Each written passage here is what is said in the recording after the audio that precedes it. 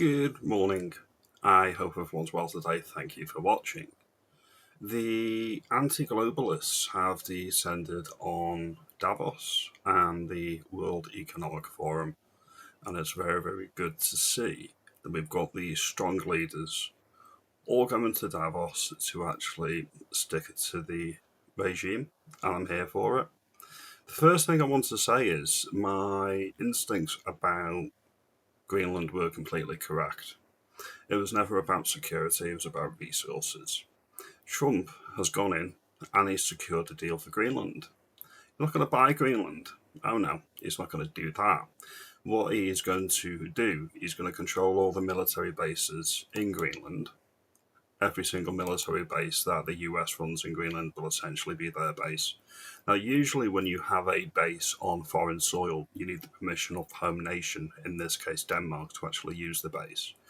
America won't have to do that. They'll have full control over these bases because Trump makes the point that about 60% of defence spending in NATO is from the US, and Europe couldn't defend Greenland if they tried. It's going to fall to America like it always does. During World War II, they kept the enemy away from Greenland, so they've got form in doing this.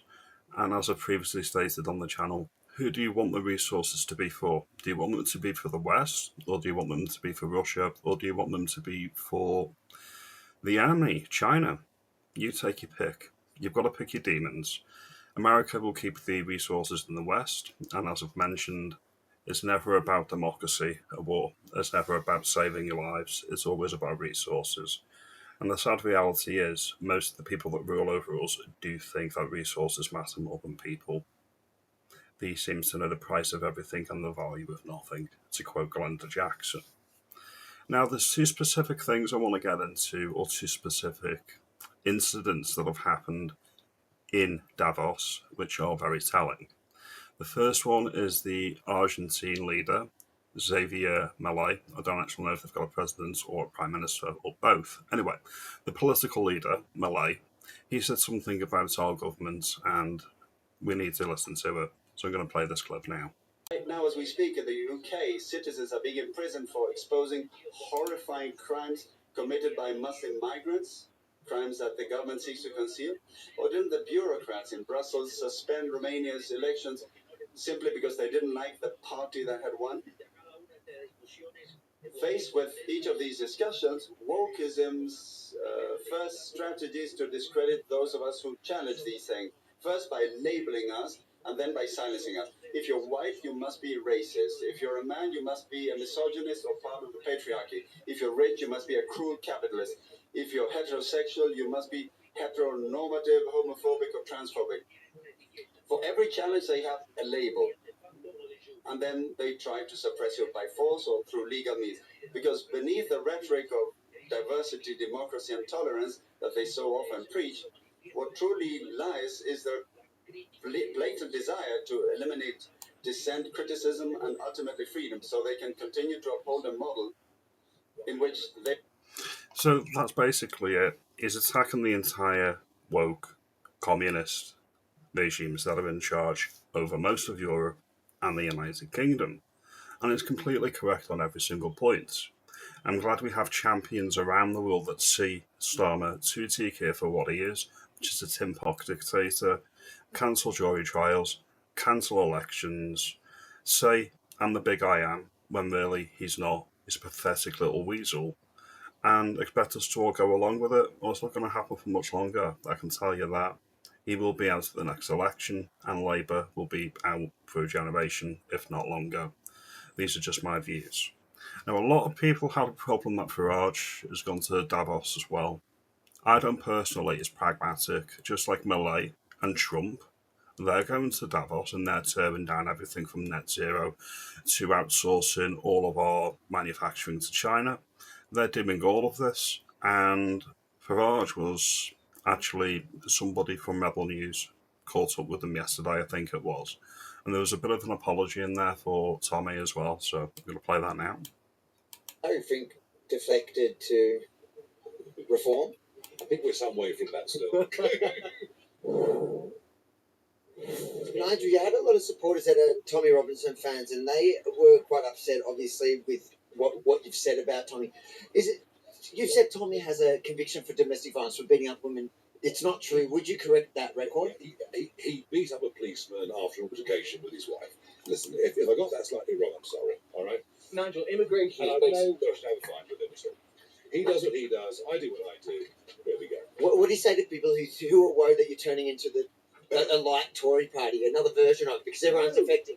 We're taking some experience from the Tory party. We're hollowing them out, and we're leading the opinion polls. That's the point. They're hollowing out the Tories. They're making sure that anything but a threat. That's what they're doing. And I've said this previously.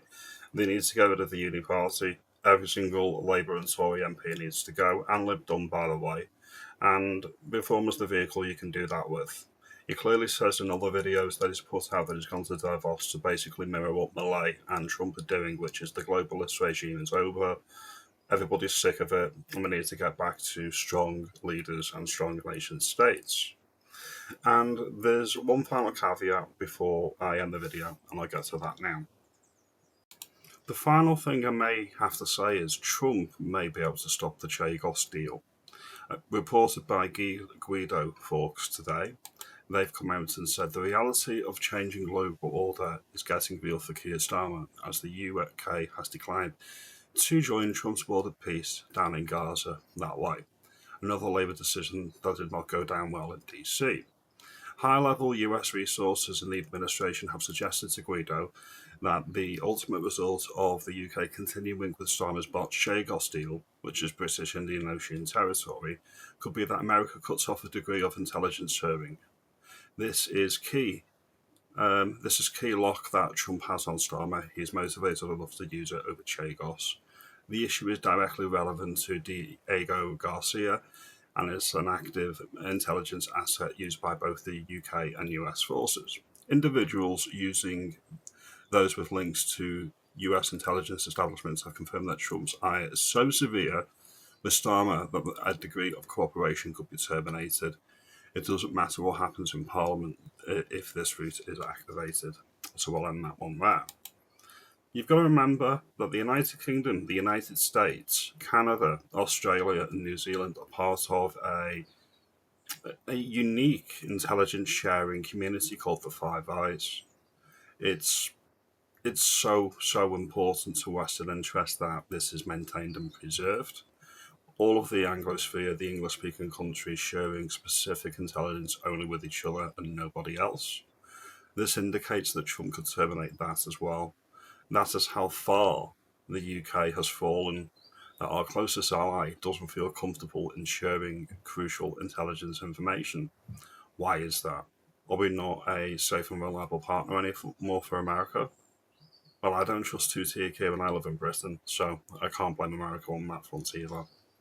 Now, if you like this video, and you think I'm onto something about why the anti-globalists have gone to Davos, you make me aware. You let me know if you think Farage is a sellout. Is he the best we've got? Is he the best that we need? Those aren't the same thing. Comment, like and subscribe, do all that great stuff, and I'll see you in the next video. Have a good day.